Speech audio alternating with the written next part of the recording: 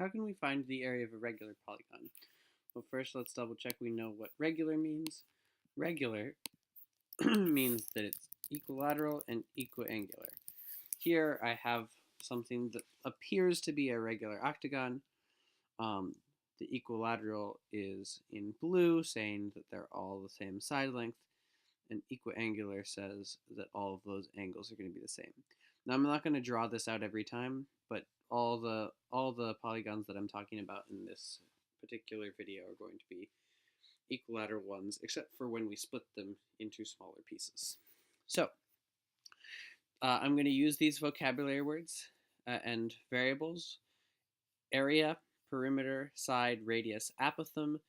The n will be the number of sides, and theta will be the central angle. The area that's the whole space inside. Perimeter is around the outside. The side S, is going to be one of the sides by itself. The radius is connecting the center to one of the points, one of the vertices. The apothem, that's a new word.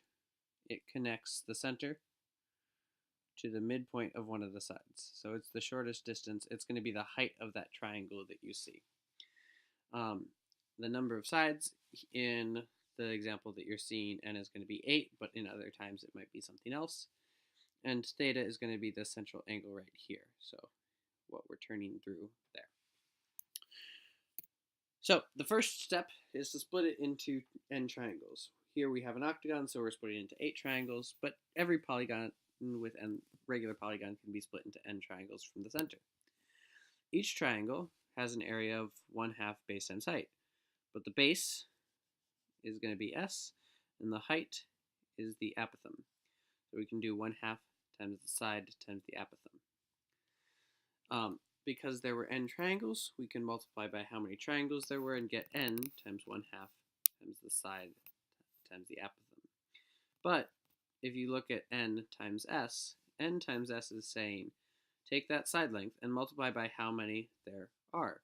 So if we multiply the side length by how many there are, that's actually traveling around the entire outside of the regular polygon, which is also known as the perimeter. N times s is the perimeter. So because of that, the final formula for a regular polygon is 1/2 perimeter times apothem, where apothem connects the center to the midpoint of a side, and the perimeter is the distance around the whole shape. Now, this is easy if you have the perimeter and the apothem. It is possible to find the perimeter from the apothem or find the apothem from the perimeter.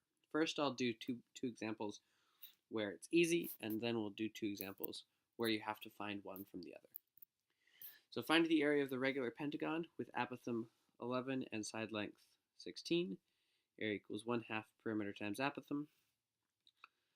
The perimeter times the apothem. Well, we have the apothem is 11. That's easy. The side length is not the perimeter. The perimeter is going around the whole thing. So there are 5 sides. And each side is 16 long. So we could do 16 times 5 to get 80, and 80 will be our perimeter. So that's how I get the perimeter. Take the number of sides, multiply by how large each side is. When we multiply all these together, we get 484.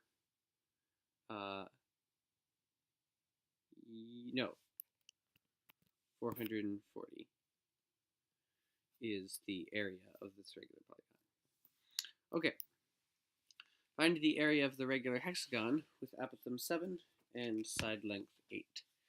So the area is 1/2 perimeter times apothem. The perimeter, once again, we can just say it's 8 times the number of sides, which is 48, and the apothem was 7. So then we'll get 24 times 7, and 24 times 7, that's going to be 168 is the area. Pretty straightforward. Now, the harder thing is how do we find the perimeter or the apothem in order to find this? first thing is to recognize that when we split, when we look at this triangle, that angle is going to be half of one of these triangles. There were n triangles, and each of those, the isosceles triangles, and each of those triangles was cut in half. All the way around is 360. Since they're being cut in half, we can look at 180 degrees and then divide by how many sides there were. So each of those angles is going to be 180 over n. In this case, because we have n is 8, theta will be equal to 180 divided by 8, or 22.5. But in other problems, we'll have different values.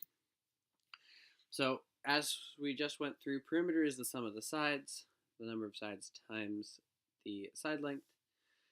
And the way we can find any of these pieces of information from the other is that the apothem, the blue, half the side, the red, and the radius are related by trig, where the angle is 180 over n.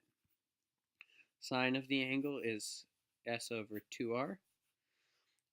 Cosine is adjacent over hypotenuse, and tangent is opposite over adjacent. You don't need to memorize these. As long as you know your sine, cosine, and tangent, you should be able to do that.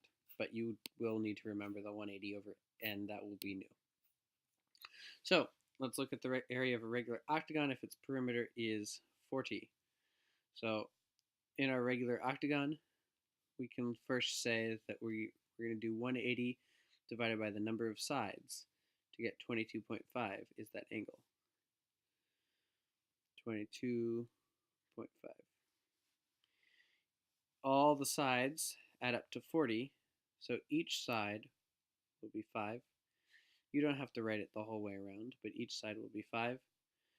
I'm getting that from 40 divided by the number of sides gives me 5. When I look at this right triangle, it's going to be split in half, so 2.5 and 2.5. This triangle is usually too small, so I often will rewrite it bigger with the 22.5 and the 5, and we're looking for the apothem. We have the perimeter. We need the apothem, so that's why I'm going to set up this triangle to find the apothem. That's supposed to be an A, not a 9.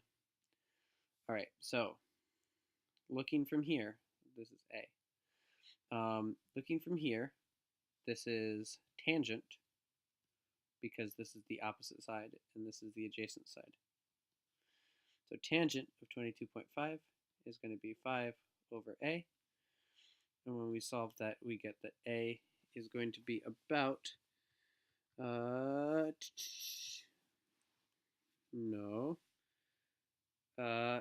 I made a mistake there. This is not 5. This is 2.5. So this is 2.5.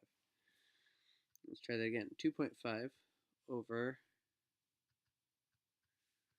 tangent gives us, A is going to be about 6. 6.0. Now, using the 6.0 and the perimeter, we can say that the area is 1/2 the perimeter times the apothem. We had the perimeter was 40. The apothem was 60. Sorry, 6.0. So then the entire area is 120 square meters. All right, one more. The area of a regular pentagon when the apothem is 6 feet. So last time I gave you the perimeter and we were finding the apothem. Here I give you the apothem and we're finding the perimeter. We're going to do that 180 over n. In this case, n is 5 because it's a pentagon. Penta is giving us 5. So 36 is going to be that angle there. So let's redraw this triangle. 36 degrees, that's a right angle. 6 is the apothem, and we're looking for this, which is half of the side length. So, once again, tangent of 36 is going to be half a side over 6. Yes, I set that up correctly. So 6, I'm going to solve that. And then I'm getting that the side is approximately 8.7 feet. So if the side is 8.7 feet, that's not the perimeter. The perimeter is, if we go back here, perimeter is not the side, it's the side times the number of sides. So there were 5 sides. I'm going to multiply that by the 8.7 to get that this is about 43.6 feet is the perimeter. So the area is 1/2 perimeter times the apothem. The perimeter is this 43.6. The apothem is 6. So when I multiply that all together, I'm getting 130.8 is the area of the regular pentagon. You get slightly different answers if you rounded in different places, but this is how we can find the area of regular polygons. First, find the angle, then set up the triangle. Then once we have the triangle, you'll typically set up sine, cosine, or tangent to find the other piece of information and then plug back in. You don't have to set up the whole triangle if you already have the apothem and the side length, or the apothem and the perimeter. These steps are only necessary if you only are given one piece of information. This is tricky. Good luck.